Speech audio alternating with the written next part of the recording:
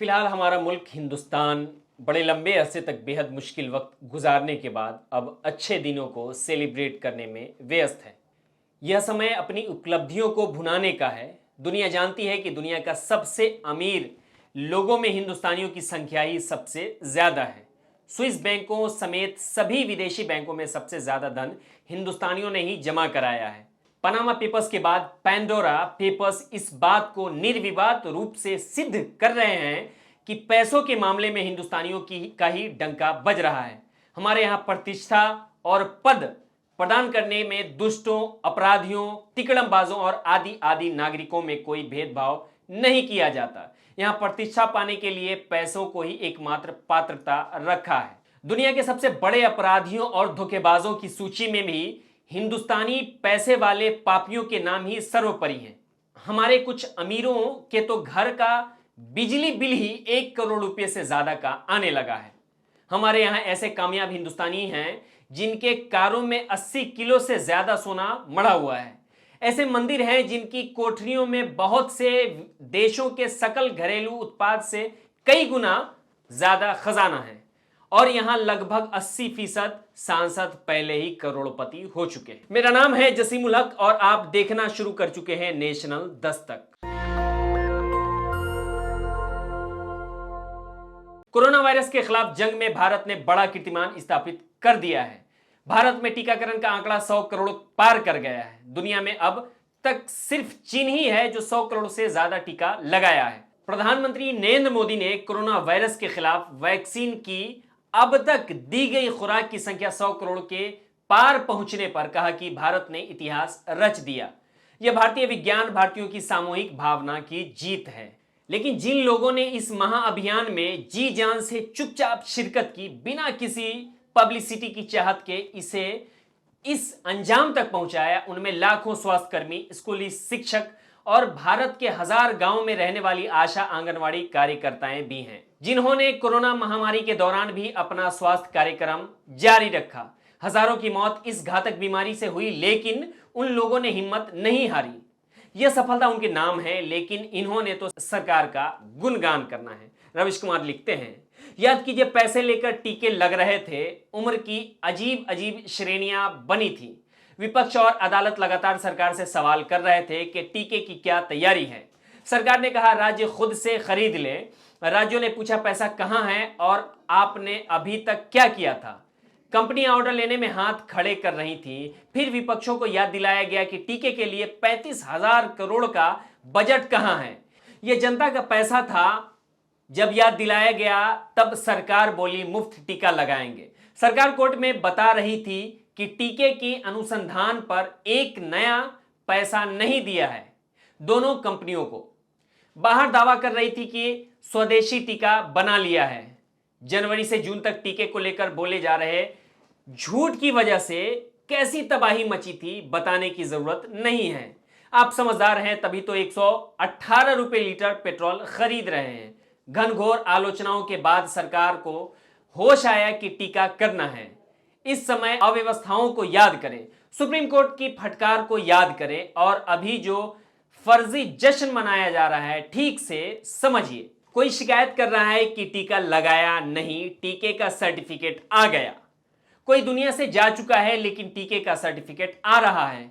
हर बात में महाशक्ति बनने की तलाश करने वाले टीवी चैनल के इन एंकरों को पता ही नहीं कि भारत 80 करोड़ गरीब लोगों का देश है। यहां के नौजवानों के पास पैसा नहीं है। इसकी अर्थव्यवस्था डूब चुकी है। मोदी सरकार के 7 साल के लंबे कार्यकाल के इस कामयाबी से आप कब तक नजरें चुराएंगे। यहां एक भी यूनिवर्सिटी पढ़ने लायक नहीं है। खुद मंत्रियों के बच्चे अमेरिका की शानदार यूनिवर्सिटी में पढ़ रहे हैं।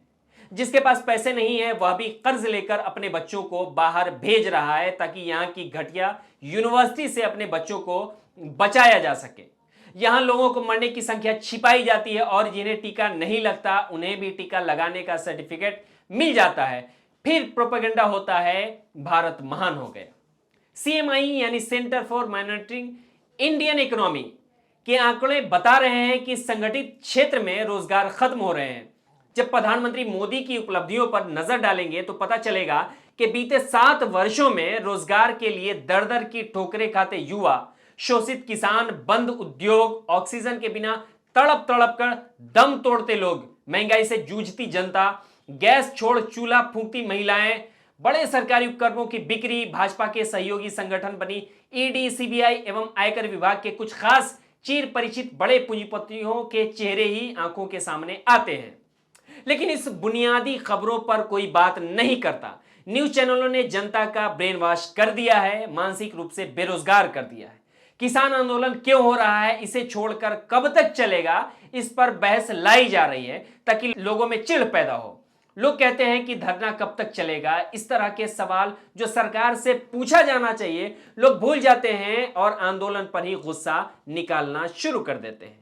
आंदोलन शुरू नहीं होता कि पहले दिन से ही दंगाई और आतंकवादी का तगमा चिपका दिया जाता है। आंदोलन को उकसाने के लिए भीड़ भेज दी जाती है और गोली मारो के नारे लगवाए जाते हैं। इस उकसावे पर किसी का ध्यान नहीं जाता। फिर सवाल खड़ा किया जाता है कि कब तक चलेगा ये आंदोलन। इसे लोगों में लोकतांत्रिक आंदोलन के खिलाफ धारणा फैल जाती है। इसका नतीजा यह है कि लोग खुशी खुशी 118 रुपए पेट्रोल भरा रहे हैं। मोदी सरकार की झूठ की सजा अब जनता ही भुगतने लगी है। 118 रुपए लीटर पेट्रोल भरा रही है, हर दिन उसकी जेब खाली हो रही है और वह बोल नहीं पा रही है। डर है कि बोलेंगे तो कुछ हो जाएगा। सीएनजी गैस, पेट्रोल और डीजल के दामों में दिनों दिन और वृद्धि हो रही है। दिनों दिन पेट्रोल और डीजल के दाम बढ़ते बढ़ते देश के कई शहरों में 118 रुपए लीटर से भी अधिक हो गया है। प्राकृतिक गैस भी महंगा हो गया है। दिल्ली में सीएनजी महंगी हो गई है, लेकिन ये सारी खबरें कोई मायने नहीं रखती। 4 मई से 17 जुलाई के बीच पेट्रोल 11 रुपए 44 पैसे प्रति लीटर बढ़ा है और डीजल 9 रुपए 14 पैसे प्रति लीटर। इसी तरह 28 सितंबर के बाद पेट्रोल 6.85 रुपए प्रति लीटर महंगा हुआ है। 4 मई से अभी तक पेट्रोल का दाम 18 रुपए प्रति लीटर अधिक हो चुका है। दलित हो, किसान हो या किसी गरीब की मौत पर प्रधानमंत्री की संवेदना के नकली शब्दों की भी उम्मीद बेकार है।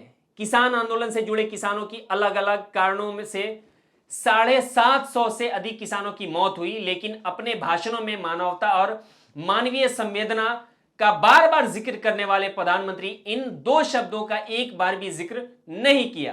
पूरे देश में कोरोना वायरस के खिलाफ जंग में भारत ने बड़ा कीर्तिमान स्थापित किया है। यह खबर जबरदस्ती सबको बताया जा रहा है। याद रखिएगा, मोदी सरकार का फैलाया हुआ झूठ का जाल इतना बड़ा है कि आपकी जवानी बीत जाएगी, कभी नहीं निकल पाइएगा।